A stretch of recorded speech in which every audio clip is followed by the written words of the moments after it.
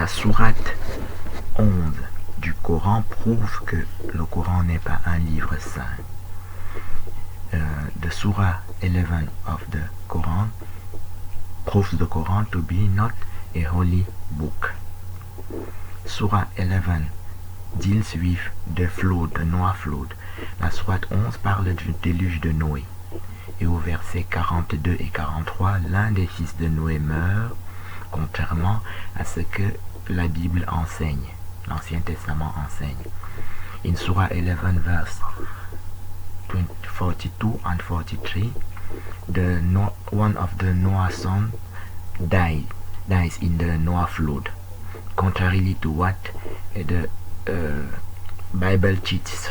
The Old Testament teaches not the death of any sons of the Noah in the Noah flood. Sourate 11, verset 42. Et Noé appela son fils. Ô mon enfant, monte avec nous et ne reste pas avec les mécréants. Verset 43. Il répondit, je vais me réfugier vers un mont qui me protégera de l'eau. Et Noé lui dit, il n'y a aujourd'hui aucun protecteur contre l'ordre d'Allah, tous périront, sauf celui à qui il fait miséricorde. Et les vagues s'interposèrent entre les deux, et le fils fut alors du nombre des noyés. Donc, verset 43 ici dit clairement que le fils de Noé meurt. Surah 11, verse 42. Noah called out his son, "Oh my dear son, come aboard with us and do not be with the disbeliever." Verse 43. He replied, I will take refuge on a mountain which will protect me from the waters. Noah cried, today no one is protected from Allah's decree except those whom he shows mercy. And the waves came between them, and his son was among the drowned. So, in Surah 11, verse 42 and 43, one of the Noah's sons dies, contrarily to what the Bible teaches. The Old Testament, Genesis chapter 9, verse 18. Genèse chapitre 9, verset 18. Les fils de Noé qui sortirent de l'arche furent Sem, Cham et Japheth. L'arche, c'est l'arche de Noé après le déluge. Le déluge, c'est Genèse chapitre 6 et fini dans Genèse chapitre 9. Et on voit que les trois fils de Noé sortent du déluge vivants. Genesis chapter 9, verse 18. And the sons of Noah that went forth of the ark were Shem and Ham and Japheth. The Noah flood is Genesis chapter 6 on to Genesis chapter 9, and we see here that the three sons of Noah are alive after the flood, which is repeated in Genesis chapter 10. Genèse chapitre 10, voici la postérité des fils de Noé, Sem, Cham, Japheth. Genèse chapitre 10, verset 1. Genesis chapter 10, verse 1. Now these are the generations of the sons of Noah, Shem, Ham, and Japheth. Unto them were sons born after the flood. Ils leur naquirent des fils après le déluge. Donc Genèse chapitre 10 verset 1 confirme Genèse chapitre 9 qui est la fin du déluge, que les fils de Noé ne sont pas morts, qu'ils sont restés vivants. Et à cette époque-là, les gens vivent très longtemps. Noé par exemple a vécu 350 ans après le déluge. Donc on ne peut pas faire ce genre d'erreur. Il s'agit d'une erreur. La semaine dernière, nous avons traité sur le point spirituel des preuves que Mohammed était un faux prophète et que le Coran était une fausse religion sur des bases spirituelles. Ici, nous prouvons que le Coran est un livre qui n'est pas un livre saint, mais sur des bases littérales, c'est-à-dire matérielles. On a deux versets ici qui prouvent qu'aucun des fils de Noé n'est mort. Je répète, c'est une époque où Noé est mort à 950 ans. Donc on ne peut pas se tromper sur la mort de quelqu'un à cette époque-là. De nos jours, les gens meurent tôt, donc tu peux te tromper. Voilà, si tu vas en Chine 10 ans, tu reviens, tu peux te tromper que quelqu'un est mort. Alors qu'à l'époque, les gens vivent presque 1000 ans, tu peux pas te tromper. Voilà. So this is a material error that proves the Quran not to be a holy book, but not even an ordinary book. An ordinary writer will not make such an error.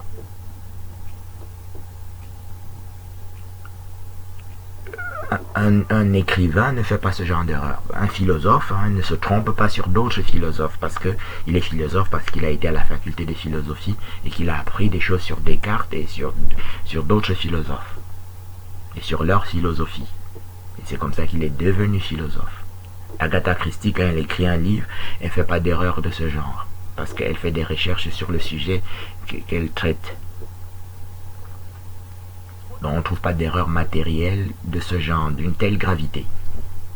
La gravité est très très grave puisque dans Genèse chapitre 10 toujours on dit tels sont, Genèse chapitre 10 verset 32, tels sont les fils de Noé selon leur génération, selon leur nation, et c'est d'eux que sont sortis les nations qui se sont répandues sur la terre après le déluge. Donc ici, on nous dit que c'est les 3 fils de Noé qui ont répandu les fils sur toute la terre. Ça veut dire que si l'un des 3 fils meurt, par exemple, il n'y aura pas de Chinois. Si c'est le fils qui a donné naissance aux Chinois.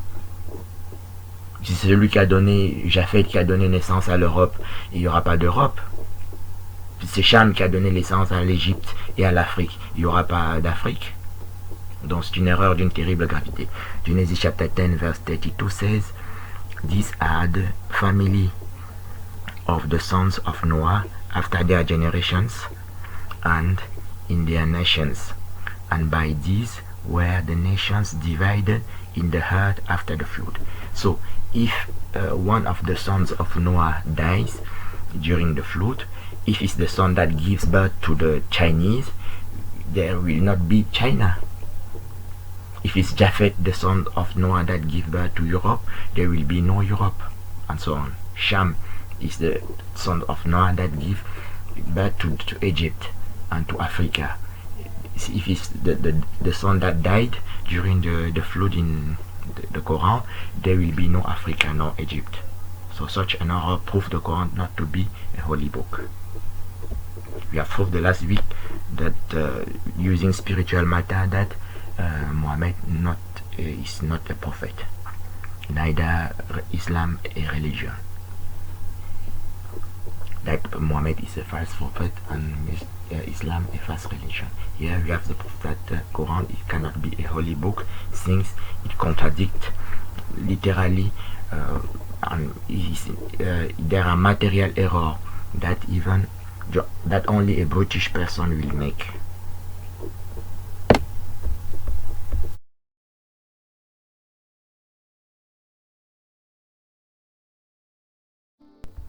De manière significative, un prophète c'est une personne qui est en contact avec Dieu et ses anges et qui donc reçoit une double révélation de Dieu. La première révélation concerne quelque chose que personne ne connaît, même pas les anciens prophètes. Et la deuxième révélation, c'est une connaissance qu'il reçoit pour connaître ce que les anciens prophètes ont dit. Donc nous venons de prouver ici que Mohammed ne peut pas être un prophète et qu'il a l'intelligence purement et simplement le niveau d'intelligence d'un cancre, c'est-à-dire d'un dernier de la classe. Parce que tout ce que nous venons de traiter ici, c'est la faute la plus grave qui se trouve dans tout le Coran. A prophet is someone receiving from God, connected to God and his angels, and receiving from God a double revelations. The first revelation is something unknown, and the second revelation is the understanding of everything foretold by previous prophets. We see here that, as we have demonstrated, that Muhammad is not a prophet, but have the understanding of a British person, as we have demonstrated. The book of Genesis and the Noah flood is the 10 first pages of the Bible. Le déluge de Noé, c'est les 10 premières pages de la Bible et c'est écrit dans un langage que tout le monde peut comprendre. Un boulanger comprend très très bien, un taximan comprend parfaitement. En Belgique, pour être taximan, il faut passer des examens. Tu dois savoir où se trouve Uccle, tu dois connaître des choses, tu dois savoir lire 10 pages. Genèse que nous avons traité, c'est les 10 premières pages de la Bible et Mohamed ne connaît pas. Genesis chapter 7, verse 1. Genèse chapitre 7, verset 1. L'Éternel dit à Noé, entre dans l'arche, toi et toute ta maison. And the Lord said unto Noah, come you and all thy house into the ark. So we see here that all the family of Noah is into the ark with Noah. Donc toute la famille de Noé est entrée dans l'arche avec Noé. Genèse chapitre 7 verset 1. Genesis chapter 7 verse 1. Genesis chapter 7 verse 7. Et Noé, Genèse chapitre 7 verset 7. Et Noé entra dans l'arche avec ses fils, sa femme et les filles de ses fils et les femmes de ses fils pour échapper aux eaux du déluge. Genesis chapter 7 verse 7. And Noah went in and his sons and his wife and his sons' wives with him into the ark because of the waters of the flood. So we see here also that none of the sons of Noah were outside the ark as suggested in the Coran. Genèse chapitre 7 toujours verset 13. Ce même jour entrèrent dans l'arche Noé, Sem, Cham et Japhet, fils de Noé, la femme de Noé et les 3 femmes de ses fils avec eux. Genèse chapitre 7 verset 13. Genesis chapter 7 verse 13. In the self-same day entered Noah and Shem and Ham and Japhet, the sons of Noah, and Noah's wife, and the 3 wives of his sons, with them into the ark. So we see here that Mohammed has a British understanding of these basic notions of the flood of Noah. Sinon, cette faute qui est donc la plus grave de tout le Coran permet de tirer 3 conclusions. Que donc le Coran, comme nous l'avons dit, n'est pas un livre saint et que Mohammed n'est pas un prophète. La semaine dernière, dans la vidéo que nous avons traitée, nous parlions de Antichrist, d'Antéchrist, mais quelqu'un peut dire, il comprend pas ce que ça veut dire Antéchrist, mais donc il faut le dire ici, il a l'intelligence d'un cancre, d'un dernier de la classe. Parce que les 10 premières pages de la Bible, qui sont les plus importantes, il n'a pas compris. C'est répété dans ces 10 premières pages 144 fois que Noé et ses fils, Noé et sa famille entrèrent dans l'arche, Noé et sa famille sortirent de l'arche. C'est répété 144 fois en 10 pages. En 10 pages, il y a 144 preuves que aucun fils de Noé n'est mort. Et donc, était un cancre, un dernier de la classe. Hein. C'est comme ça qu'il faut dire, parce que quand tu dis Antéchrist, comme nous l'avons dit la semaine dernière, n'importe qui peut faire semblant de ne pas avoir compris. La semaine dernière, nous avons aussi démontré que Mohammed le prophète n'a pas visité l'enfer, qui s'appelle le 6e océan, comme il le prétend dans le Coran, parce que l'enfer, c'est le 6e océan. Et il y a plusieurs vidéos sur Internet où on commence seulement à se poser la question sur l'existence éventuelle d'un 6e océan, qui s'appelle donc source de l'abîme, porte de la mort et du séjour des morts, et qui est couvert par les plaques tectoniques. Il y a aussi des vidéos qui disent on ne connaît pas les plaques tectoniques. S'il avait visité l'enfer, il aurait décrit ces 3 éléments-là, c'est-à-dire les portes de la mort et du séjour des morts, comme on l'appelle dans le livre de Job, et dans les proverbes et dans les autres endroits de la Bible, les plaques tectoniques appelées montagnes des mers, et le 6e océan. Il n'a pas défini à l'époque, ce qu'on appelle les compagnons du prophète ne l'ont pas défini, les savants d'aujourd'hui de l'islam ne peuvent pas le définir puisque c'est toujours inconnu. Il y a 1,5 milliard de musulmans sur terre et ils ne peuvent pas le définir, même a posteriori. Mohammed le prophète prétend aussi avoir visité le septième ciel, c'est-à-dire qu'on appelle dans la Bible le troisième ciel. Bon, c'est faux aussi parce que pour arriver au troisième ciel, il faut traverser le firmament, qui est le deuxième ciel, et tu traverses le firmament en passant par la porte des cieux. Et tu arrives alors dans le troisième ciel, qui est le septième océan, et qui est parfaitement inconnu à personne sur Terre qui sait même qu'il existe un septième océan. Voilà. Mohammed claims in the Quran to have visited the Sheol, the abyss, the deep depth. This is false, as you have demonstrated it the last week. If not, he will have described to us the tectonic plates, the gates of death, and the sixth ocean. Mohammed also claims to have visited the seventh heaven, which is also false. If not, he will have described to us the seventh sea, the seventh ocean, which is that, which is the third heaven.